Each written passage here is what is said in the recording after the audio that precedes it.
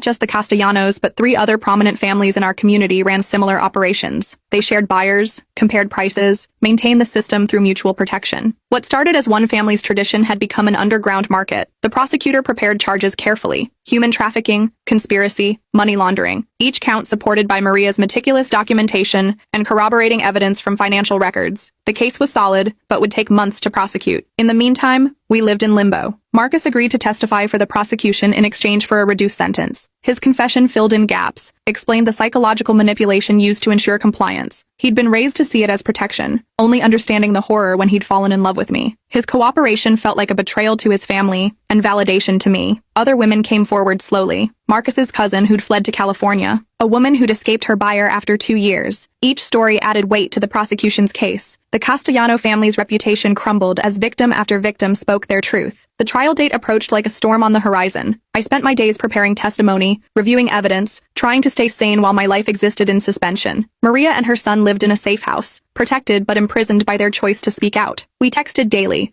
supporting each other through the wait. I moved to a new city temporarily, staying with a distant relative who barely knew me. The Castellano influence didn't reach there, but neither did any support system. I worked temp jobs, saved money, tried to imagine a future after the trial. Some days I succeeded. The investigation uncovered something that changed everything. Mr. Castellano hadn't just participated in the family tradition, he'd been sold himself. At 19, his own father had traded him to a cousin for business connections. He'd perpetuated the cycle he'd been trapped in, victim becoming victimizer across generations. This revelation reframed the entire case. Not just evil people doing evil things, but a system of trauma passed down like a cursed heirloom. Each generation thought they were protecting the next while actually destroying them. The prosecutor added charges but also recommended psychological evaluation for all involved. Maria's testimony date arrived. She entered the courtroom in a simple black dress, her son safely with her sister out of state. For 3 days, she detailed the horror of her marriage, the auction, the life that followed. Her voice never wavered, even when describing the worst moments. She was the hero I'd tried to be. The Castellano accountant flipped when faced with evidence of his involvement. He'd thought he was helping with tax evasion, not human trafficking. His testimony revealed the financial structure, how payments were disguised as investments, how the money moved through legitimate businesses. 8 months of negotiation had bought his cooperation. Digital forensics recovered deleted files from the family computers, contracts going back decades, names and prices clearly listed. The evidence was overwhelming. What had seemed like paranoid accusations months ago now appeared as documented fact in court exhibits. The truth emerged in layers. Love and ownership intertwined in sick ways. Mothers who'd been sold convincing themselves their daughters needed the same experience. Fathers who'd bought wives believing they were saving them. Everyone in the system, both victim and perpetrator, trauma bonding them together. The judge ordered investigations into every Castellano marriage over 40 years. Social services intervened where children were involved. The family empire crumbled as assets were frozen. Businesses investigated, connections severed. The prominent family became pariahs overnight. I was asked to speak at sentencing about the impact on my life. I requested therapy and accountability, not just prison time. The cycle needed to break, not just punish. Some victims agreed, others wanted maximum sentences. We were united in survival, but divided in what justice meant. Immediate custody changes saved some children. Maria's son went to live with her sister permanently. Other children were placed with relatives outside the family circle. The next generation might escape the poison, though trauma would echo for years. The community split between those who'd suspected something and those who refused to believe. Local businesses that had profited from Castellano money faced boycotts. Churches that had taken their donations faced questions about complicity. The reckoning went beyond just the family. A year later, I lived in a new city permanently. Trust came hard,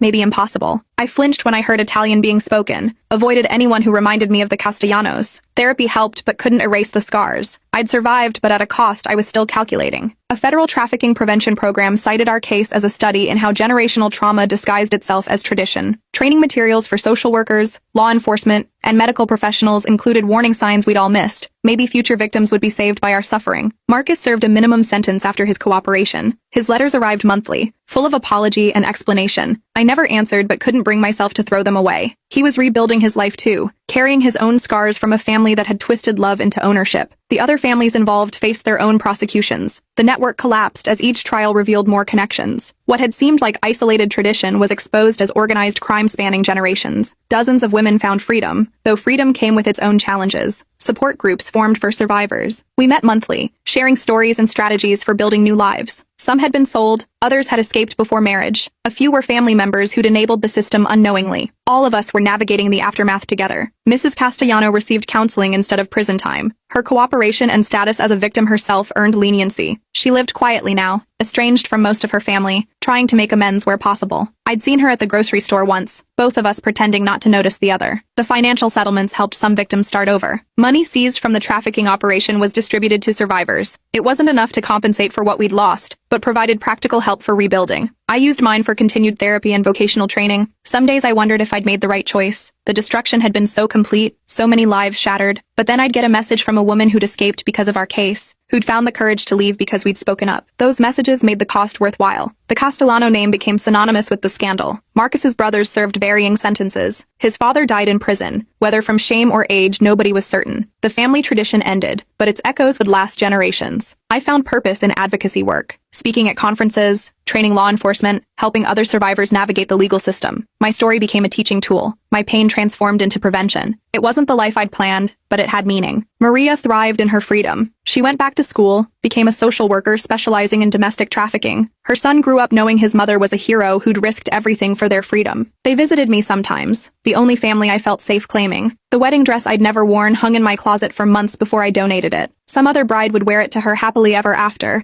never knowing its history. I hoped her love story would be real, that her traditions would be joyful, that her family would protect rather than prey. Recovery wasn't linear. Good days mixed with bad ones, triggers appearing unexpectedly. A certain cologne would send me spiraling. Italian restaurants were impossible. Wedding announcements made me nauseous. But slowly, very slowly, I built a life around the broken pieces. The investigation had revealed over 50 victims across 3 generations. Some had died mysteriously. Others lived quietly with their buyers. Many had escaped but never spoken up. Each story added to the horror, but also to the validation. We hadn't been crazy or vindictive. We'd been right. I learned to live with the duality, grateful for my escape but mourning what I'd lost, proud of my courage but aware of the destruction it had caused, strong enough to survive but forever marked by the experience. Recovery meant accepting all these contradictions. The case study became required reading in sociology programs. How family traditions could hide trafficking, how communities could enable abuse through willful blindness, how victims could be discredited systematically. Academic analysis of our lived nightmare, necessary but painful to see. 5 years later, I could almost imagine trusting someone again. Therapy had given me tools, time had softened some edges, purpose had provided direction. I wasn't the woman who'd folded wedding programs with Marcus, but I was someone. Scarred but surviving, broken but building. The Castellano houses sold one by one. Their businesses dissolved or were bought by others. The family scattered, some to prison, others to distant cities where the name meant nothing. The empire built on suffering had fallen, though its victims would carry the weight forever. Sometimes I dreamed about the life I'd planned. The honeymoon in Santorini, the children who'd have Marcus's eyes, the Sunday dinners with family. Then I'd wake up in my small apartment, alone but free, and remember that those dreams had been built on lies. This reality, painful as it was, contained truth. Maria called on the anniversary of her testimony. We didn't need to speak much. Just hearing each other breathe was enough. We'd survived something together that bonded us beyond words. Sisters not by blood but by brave choices made in impossible circumstances. The new federal legislation inspired by our case passed after years of advocacy. Stronger protections for trafficking victims, better training for law enforcement, mandatory reporting for certain professionals, laws written in our blood but hopefully preventing future bloodshed.